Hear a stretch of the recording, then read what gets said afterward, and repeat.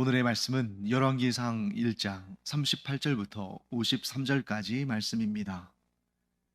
제사장 사독과 선지자 나단과 여호야다의 아들 브나야와 그렛 사람과 블렛 사람이 내려가서 솔로몬을 다윗 왕의 노새에 태우고 인도하여 기온으로 가서 제사장 사독이 성막 가운데에서 기름 담은 뿔을 가져다가 솔로몬에게 기름을 부으니 이에 뿔나팔을 불고 모든 백성이 솔로몬 왕은 만세수를 하옵소서 하니라. 모든 백성이 그를 따라 올라와서 피리를 불며 크게 즐거워하므로 땅이 그들의 소리로 말미암아 갈라질 듯하니 아도니야와 그와 함께한 손님들이 먹기를 마칠 때에 다 들은지라. 요압이 뿔나팔 소리를 듣고 이르되 어찌하여 성읍 중에서 소리가 요란하냐. 말할 때에 제사장 아비아달의 아들 요나단이 오는지라. 아도니야가 이르되 들어오라. 너는 용사라. 아름다운 소식을 가져오는도다. 요나단이 아도니야에게 대답하여 이르되 과연 우리 주 다윗 왕이 솔로몬을 왕으로 삼으셨나이다. 왕께서 제사장 사독과 선지자 나단과 여호야다의 아들 브나야와 그렛 사람과 블렛 사람을 솔로몬과 함께 보내셨는데 그들 무리가 왕의 노새에 솔로몬을 태워다가 제사장 사독과 선지자 나단이 기온에서 기름을 부어 왕으로 삼고 무리가 그곳에서 올라오며 즐거워하므로 성읍이 진동하였나니 당신들에게 들린 소리가 이것이라. 또 솔로몬도 왕좌에 앉아 있고 왕의 신하들도 와서 우리 주 다윗 왕에게 축복하여 이르기를 왕의 하나님이 솔로몬의 이름을 왕의 이름보다 더 아름답게 하시고 그의 왕위를 왕의 위보다 크게 하시기를 원하나이다 하며 왕이 침상에서 몸을 굽히고 또한 이르시기를 이스라엘의 하나님 여호와를 찬송하리로다. 여호와께서 오늘 내 왕위에 앉을 자를 주사 내 눈으로 보게 하셨도다 하셨나이다 하니 아도니야와 함께한 손님들이 다 놀라 일어나 각기 갈 길로 간지라. 아도니야도 솔로몬을 두려워하여 일어나 가서 제단 뿔을 잡으니 어떤 사람이 솔로몬에게 말하여 이르되 아도니야가 솔로몬 왕을 두려워하여 지금 제단 뿔을 잡고 말하기를 솔로몬 왕이 오늘 칼로 자기 종을 죽이지 않겠다고 내게 맹세하기를 원한다 하나이다. 솔로몬이 이르되 그가 만일 선한 사람일진데 그의 머리털 하나도 땅에 떨어지지 아니하려니와 그에게 악한 것이 보이면 죽으리라 하고 사람을 보내어 그를 제단에서 이끌어 내리니 그가 와서 솔로몬 왕께 절하매 솔로몬이 이르기를 내 집으로 가라 하였더라. 네, 어제 우리가 본 본문에서는 다윗이 자신이 여호와의 살아계심을 두고 맹세했던 일, 곧 자신과 바세바 사이에서 난 아들인 솔로몬을 자신의 뒤를 이어 이스라엘의 왕위에 오를 자로 결정했다 하는 그 내용을 재확인하는 그런 내용이 나왔죠.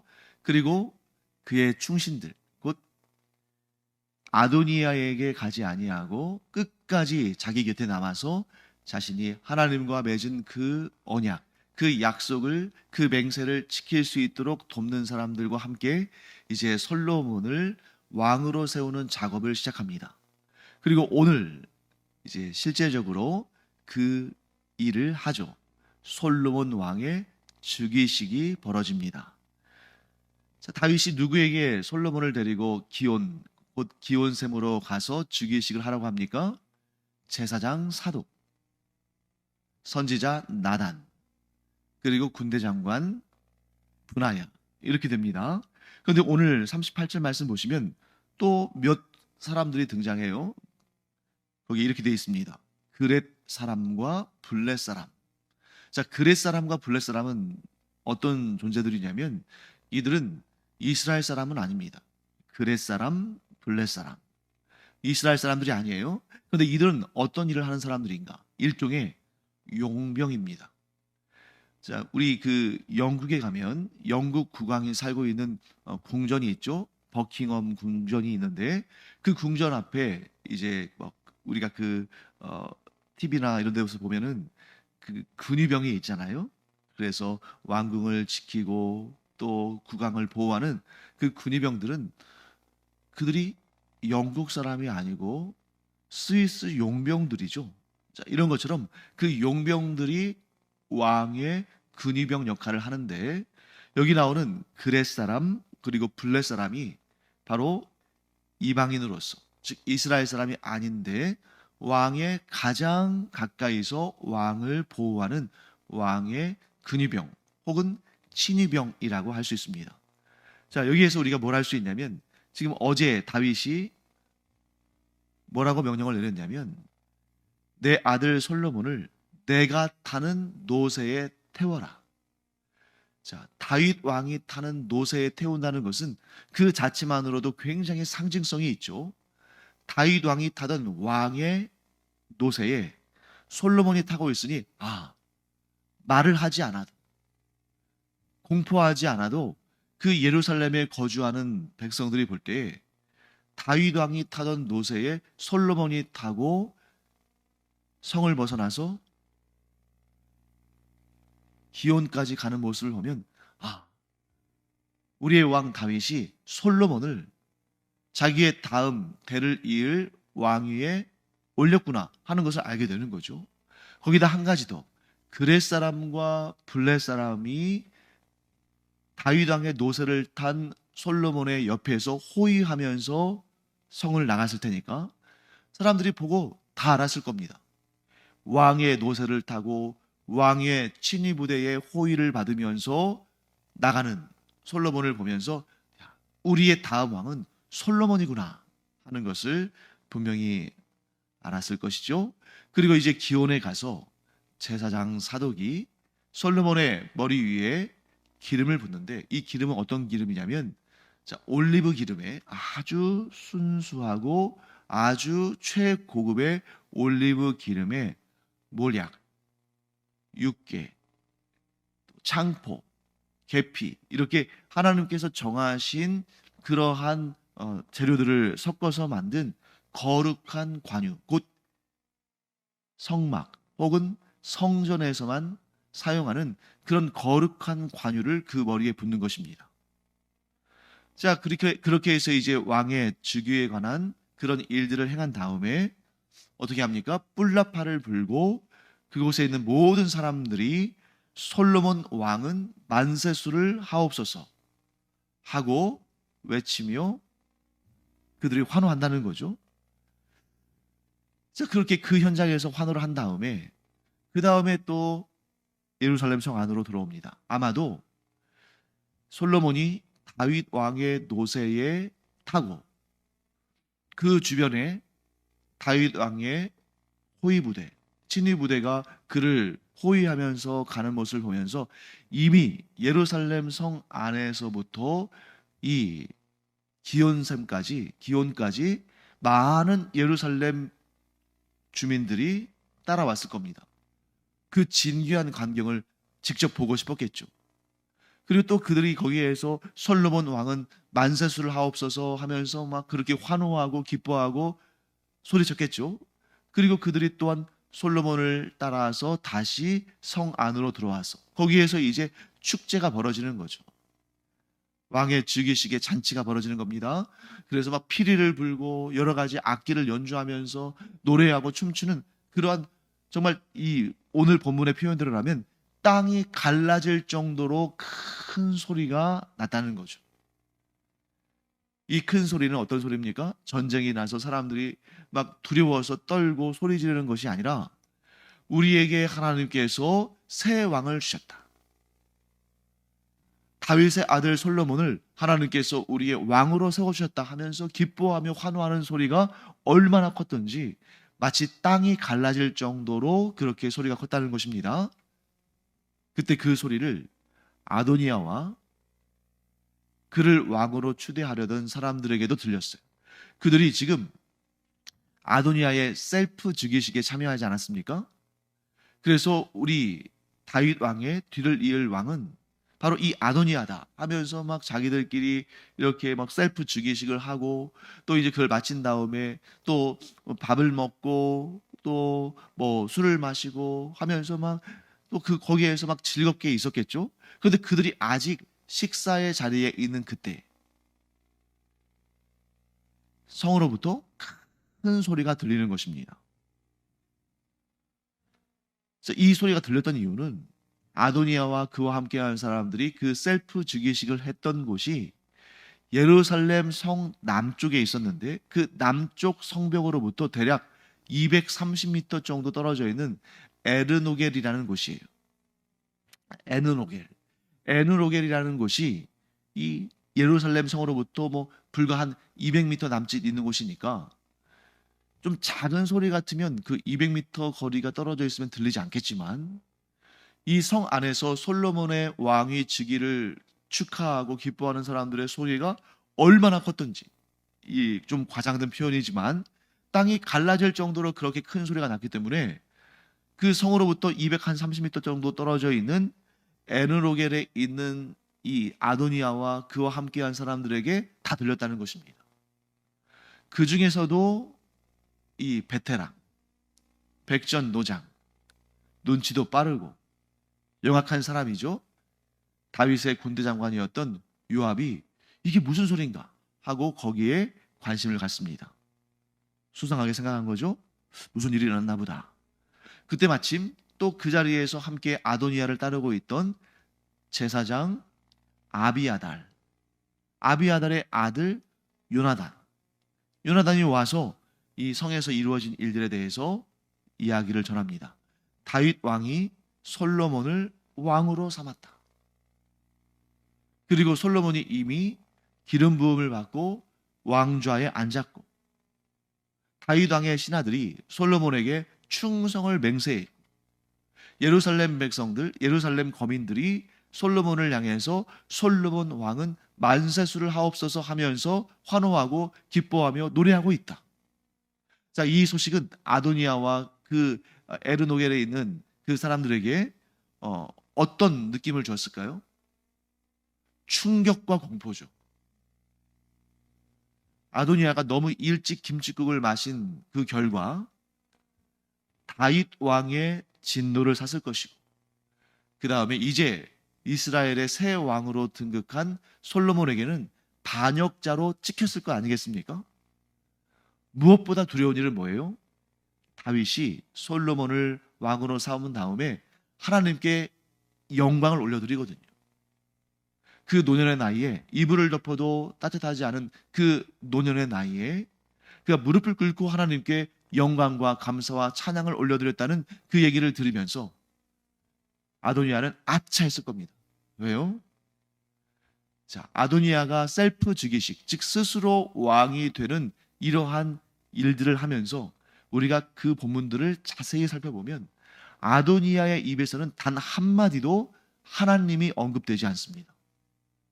자기가 스스로를 높여서, 자기가 사람들을 모아서, 자기가 셀프로 왕위에 오르겠다고 했지 하나님의 뜻을 구하지 않았어요. 반면에 솔로몬은 어떻습니까?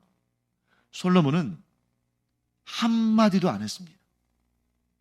자, 여기 보시면 나단과 밧세바가 다윗을 찾아가서 당신이 여호와 하나님의 이름으로 맹세했던 것을 기억합니까?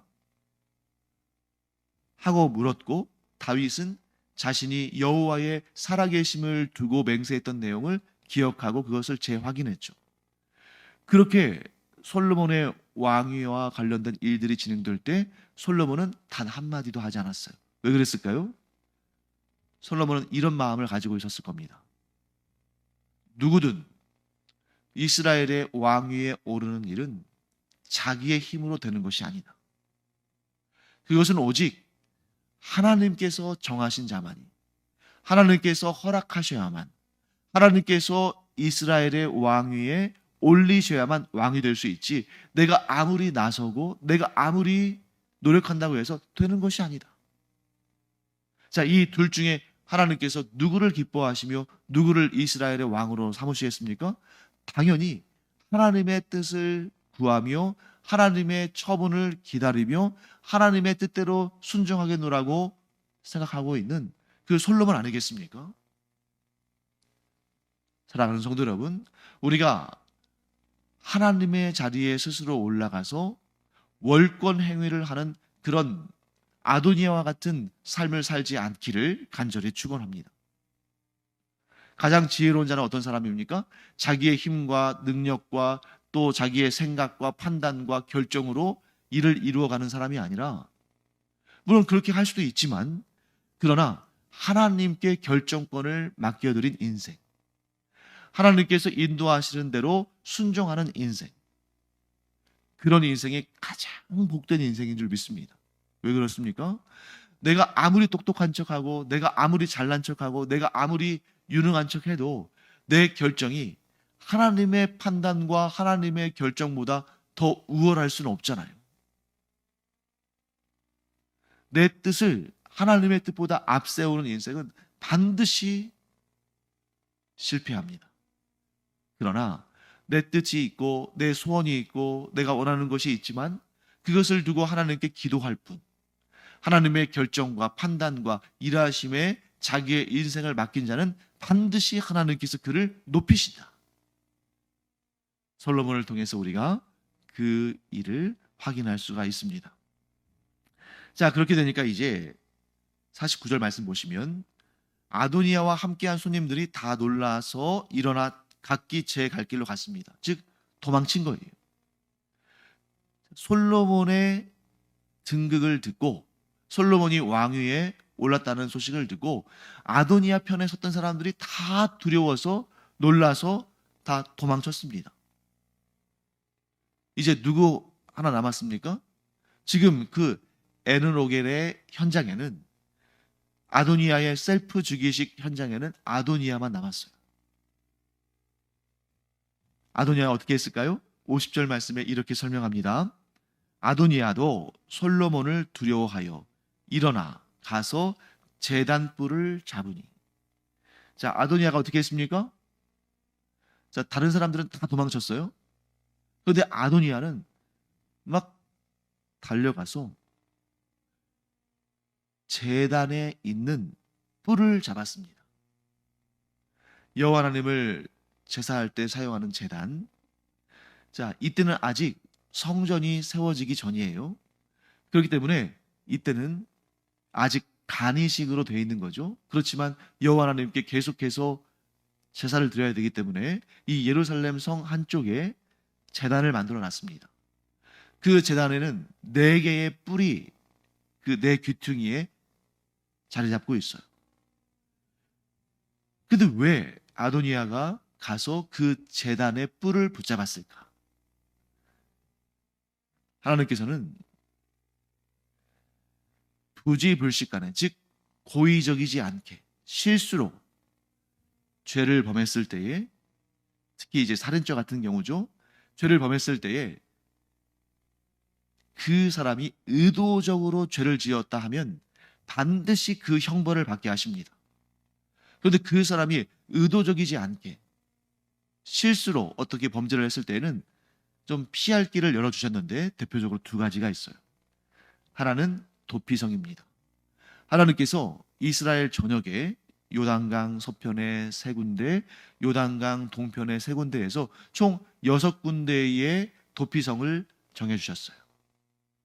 그래서 보통은 살인죄를 지었는데, 즉 사람을 죽였는데, 그 사람을 죽일 때에 의도적으로 죽인 것이 아니라 부지불식간에 의도하지 않았는데 실수로 그런 일이 일어났을 때 그냥 머물러 있으면 어떻게 되겠습니까?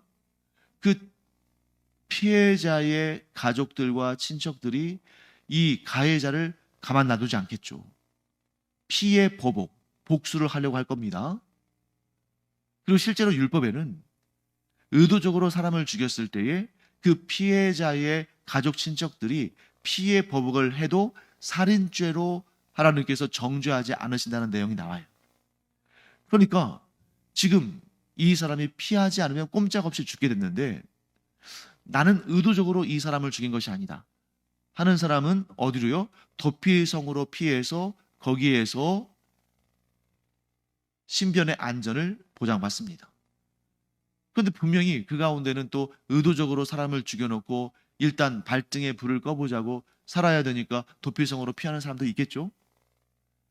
도피성으로 피한다고 해서 마냥 안전한 것은 아닙니다. 자, 왜 그러냐면 일단 도피성에 가게 되면 그 도피성은 이제 그 레위인들의 성읍인데 그 레위인들의 그 장로들이 나와서 이 사람의 얘기를 들어봅니다. 그래서 이 사람이 의도적으로 사람을 죽인 것이다 그러면 받아들이지 않아요.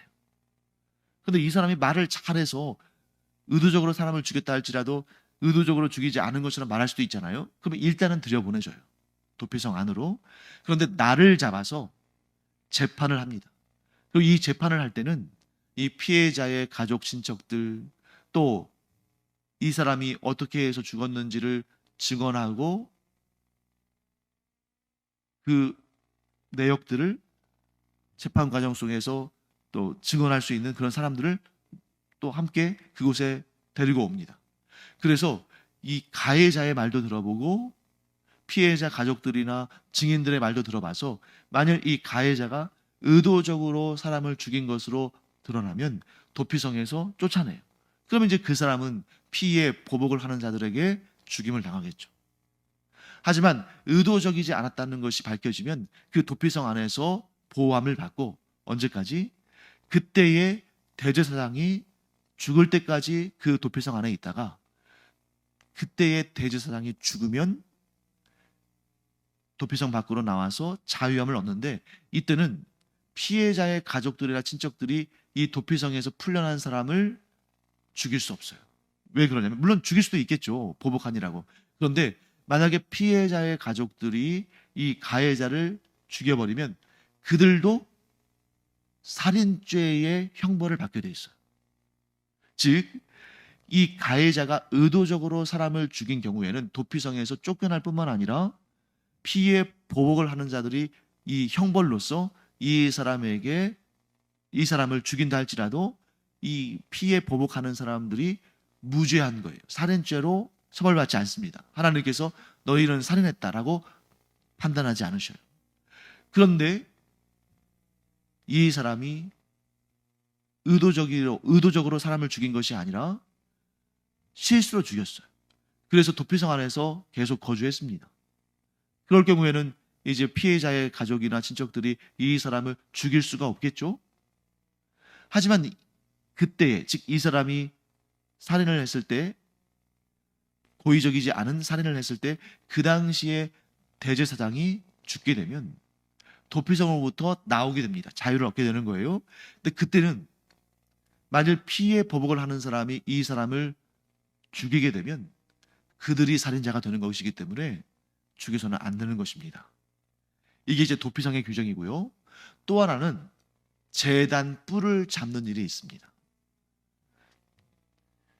도피성은 예루살렘으로부터 꽤 거리가 있어요. 그러니까 거기까지 도망치다가 중간에 잡혀서 죽을 수도 있으니까 정말 위급한 경우에는 어떻게 하냐면 번제단이 있는 곳으로 가서 그 제단의 뿔을 잡습니다. 뿔을 잡아요. 그리고 살려달라고 애원을 하는 거죠. 그러면 하나님은 어떻게 하도록 하시냐면 제단 뿔을 잡은 자는 일단 살려줘라. 자, 그런데 그 제단 뿔을 잡은 자가 의도적으로 사람을 죽였으면, 의도적인 죄를 지었으면 그가 제단 뿔을 잡았다 할지라도 끌어내어서 사형을 해라. 하지만 그가 의도적이지 않았다면 그를 살려줘라. 이렇게 되어 있습니다. 여러분, 이 도피성과 제단뿔을 우리가 잘 살펴봐야 돼요. 자, 제단뿔을 잡는 행위, 도피성으로 피하는 행위. 그 사람들이 나는 무죄하다고 말하는 겁니까? 아닙니다. 자, 어쨌든 간에 사람을 죽였거나 반역을 행했거나 뭔가 죄가 있어요. 죄가 있으니까 쫓김을 받는 거죠. 그런데 어떤 경우에 죽지 않고 생명을 보존할 수 있습니까? 내가 죄가 있긴 하지만 내가 일부러 죄를 지으려는 그런 사악한 마음으로 죄를 지은 것이 아니니까 부디 나에게 긍휼을 베풀어주고 자비를 베풀어 달라 하는 그런 표현인 거죠. 사랑하는 성도 여러분, 이 내용을 통해서 우리는 아주 중요한 깨달음을 얻게 됩니다. 우리가 예수 그리스도의 보혈을 의지하고 십자가를 붙들고 죄 사함을 받고 구원을 받는 것은 우리에게 죄가 없다는 것이 아니에요. 우리에게 분명히 죄가 있지만 그러나 우리는 하나님의 은혜와 긍휼을 통해서 용서받고 영원한 사망의 심판으로부터 건지움을 받는 것입니다. 비록 여기에 나오는 이 아도니아가 죄를 지었죠. 아버지 다윗을 향해서 불효를 했고 솔로몬에게는 반역자가 되었으며 하나님을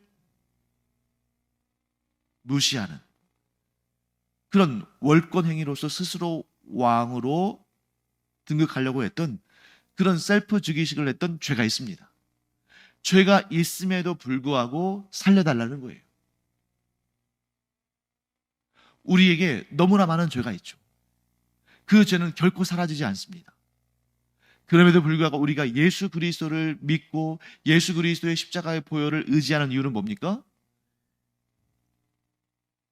제단포를 잡듯이 도피성으로 들어가듯이 내게 분명히 죄가 있지만 그럼에도 불구하고 나에게 은혜를 베풀어 달라,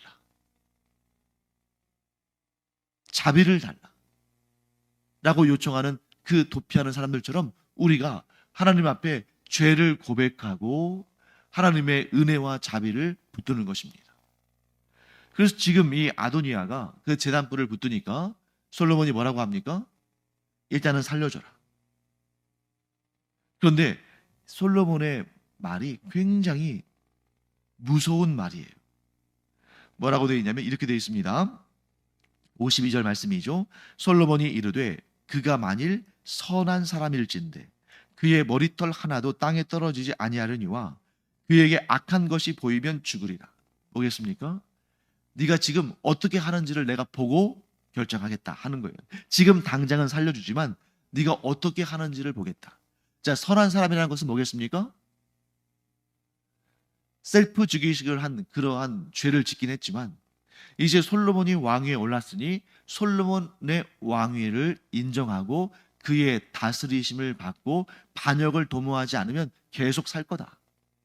그런데 악한 것이 보이면 지금은 당장 살겠다고 제단불을 잡고 살려달라고 하고 내가 죄를 지었으나 은혜와 자비를 베풀어 달라고 하지만 그 마음속에 품고 있는 그 반역의 마음을 버리지 않고 또 그것을 행동으로 옮기는 것을 보면 반드시 죽을 것이다.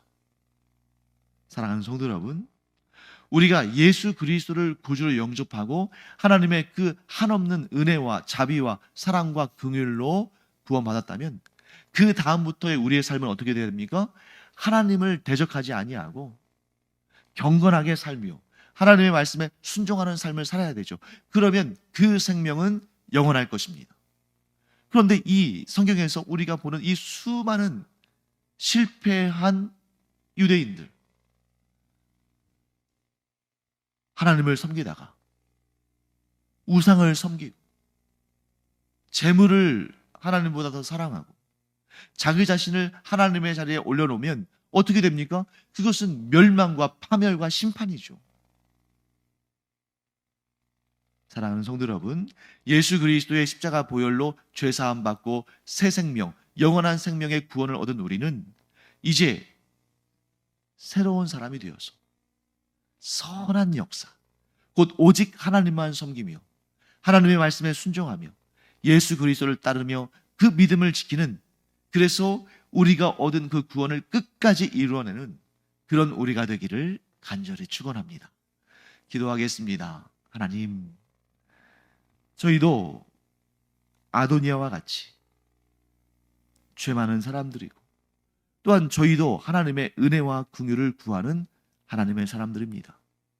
그런데 아도니아는 그 후에 선한 삶을 살지 아니하고 그 악한 마음을 행위로 드러냄으로 말미암아 그가 결국에는 죽게 되는 것을 봅니다. 그러나 저희는 예수 그리스도의 그 구원의 복음을 믿는 자들로서 끝까지 이 믿음을 지키고 끝까지 그 선한 길로 감으로 말미암아 영생의 구원을 완성하는 저희들 되게 하여 주시옵소서. 감사드리며 예수님의 이름으로 축복하며 기도합니다.